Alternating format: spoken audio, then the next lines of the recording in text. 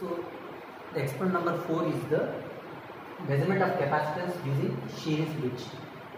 So this is the circuit diagram of the series bridge. So in this bridge also we will be having 4 arms. In the arm 1, resistance and capacitance both are in parallel. In arm 2, we are having only a variable resistor. In arm 3, a capacitor C3, and in the arm 4, we are connecting the unknown components Rx and Cx. So here we have to find out the values of this Rx and Cx. So in between the bridge, we are connecting a detector. So this detector can be taken as the headphones or the galvanometer.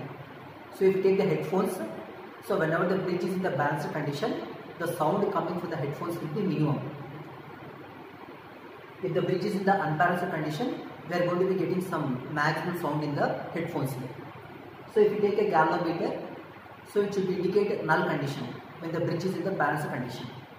When the bridge is in the unbalanced condition, it is showing some value on the scale in the galvanometer. So for exciting this bridge, we are using this source here. So in this case, we are using the AC source here. Okay. So due to this AC source, some amount of current will be flowing in the bridge here. So first of all, we have to bring the bridge to the balanced condition.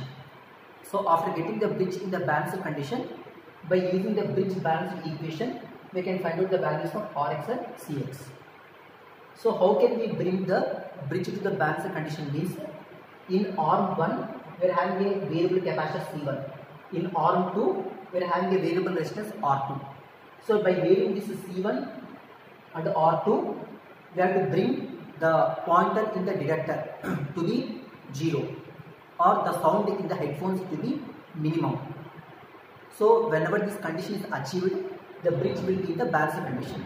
So continuously we have to get some changes in the C1 value and the R2 value and observe the pointer or the sound in the detector.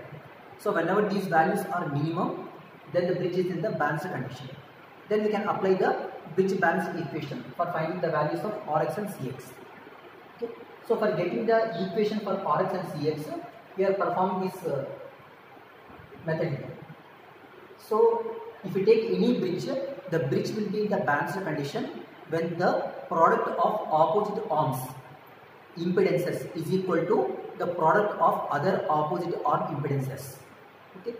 So here the product of impedances of arm 1 and arm 4 is equal to the product of the impedances of arm 2 and arm 3.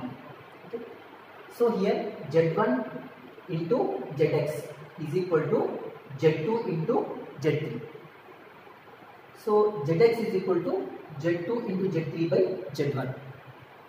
So then it can be written as Z2 into Z3 into Y1. So reciprocal of impedance is the admittance Y1. Okay. So we can write admittance as Y1. So here R1 and C1 both are in parallel. So whenever the resistance and capacitance are in parallel, try to write in terms of admittance only, because it will be simple for calculations. Okay. So here R1 and C1 both are in parallel. Then we can write in terms of admittance. Y1 is equal to 1 by R1 plus j omega C1. Z2 is equal to R2. There is no inductance or capacitance in the arm 2, only resistance. So there is no imaginary part. Z2 is equal to R2. Next Z3 is equal to only capacitance. Okay. So minus j by omega C3. And Zx is equal to resistance is in series with capacitance. Rx minus j by omega Cx. You substitute all these values in this equation. Zx is equal to Z2 into Z3 into Y1. That is equal to R2 into minus j by omega C3 into 1 by R1 plus j omega C1. So in the place of Zx, we can write as, what is Zx here? So Rx minus j by omega Cx. That is equal to this entire part. So equating the real parts and equating the imaginary parts, we can get Rx is equal to R2 by R2 C1 by C3, and Cx is equal to R1 C3 by R2. So this is the equation for finding Rx and this is the equation for finding Cx. So first of all, we have to bring the bridge to the balanced condition. So after getting the bridge to the balanced condition, we have to apply these equations Rx and Cx for finding the values of Rx and Cx. So how can we bring the bridge to the balanced condition means by varying C1 or by varying R2, we have to get the pointer in the galvanometer to 0 or we have to get the minimum sound in the headphones. Okay. So finally the dissipation factor can be found by using the equation resistance by reactance, that is equal to omega Cx into Rx. We can get the dissipation factor of the capacitor. So next you will see the practical way of finding the values of Rx, Cx and the dissipation factor. We will see the practical way of connecting the shearing bridge. So the components required for the shearing bridge are the breadboard.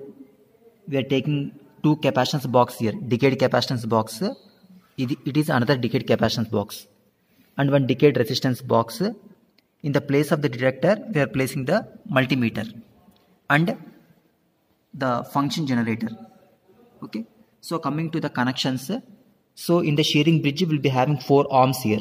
So in the arm 1, we are having R1 in parallel with C1. So we are placing one R1, resistance R1.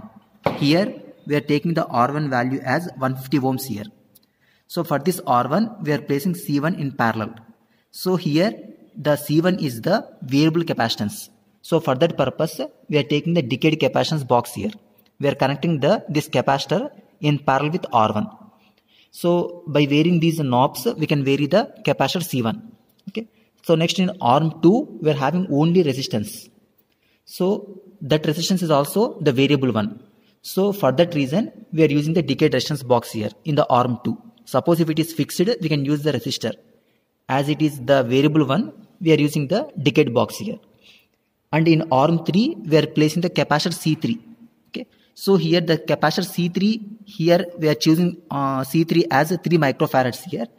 So as 3 microfarads is not available, we are connecting the 3 1 microfarads and then connecting these 3 1 microfarads to the arm 3. Okay. So the 3 capacitors are connected in parallel. Then only the total capacitance will be equal to 3 microfarads. So you know how to calculate the total capacitance. That is the reverse to that of the resistance here. Okay. So these 3 capacitors are connected in parallel. Then only the total capacitance will become 3 microfarads. 1, 1, 1. Okay. So in arm 4, we are connecting the unknown values here. So one is Rx, other one is the Cx. So here also Cx, for the purpose of Cx, we are taking the decayed capacitance box only. Okay. So this entire bridge is going to be excited by using the AC source. So here the AC source is taken from the function generator.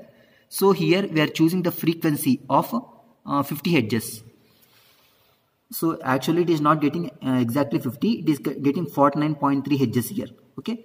So we can vary this frequency by using the frequency knob. And we can get the required amplitude by using the amplitude knob here. Suppose if you want to check the amplitude of this waveform, we have to connect the CRO to this function generator and then observe the amplitude in the CRO by adjusting the amplitude knob here. Okay. So here we are giving 5 volts 50 hertz AC signal to this bridge here. Okay.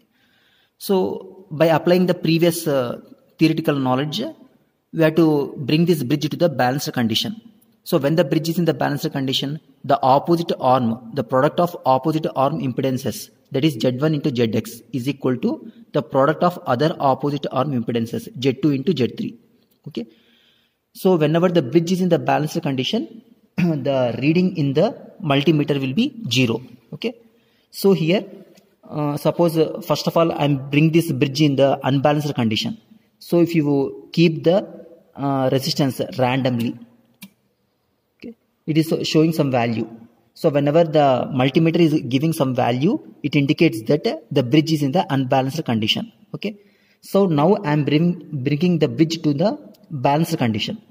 So if you want to bring the bridge to the balanced condition, we have to keep the R value to 220 ohms here. So this is Rx here, keeping Rx at 220 ohms and keeping the other values like Cx. Sorry. Now keeping the capacitor C1 at 3 microfarads here. 1, 2, 3. So 3 into 1, 3 microfarads here. Now keeping this C1 value at 3 microfarads and keeping C3 is also 3 microfarads.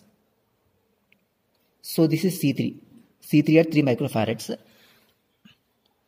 Connecting the 3 capacitors in parallel and then connecting to arm 3. Okay. This is C3, which is equal to 3 microfarads. Okay. And by using this decayed capacitance box, we are finding the value of the unknown capacitance. Okay. So here we are keeping this unknown capacitance at 2.1. Okay. 2.1 means we can keep at 2 microfarads.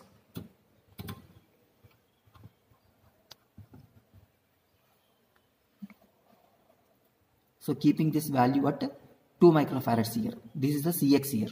Okay. So now if you observe the reading in the multimeter, it is indicating 0. That means that the bridge is in the balanced condition. So if you vary the resistance randomly, it is showing some value in the multimeter. It means that the bridge is in the unbalanced condition.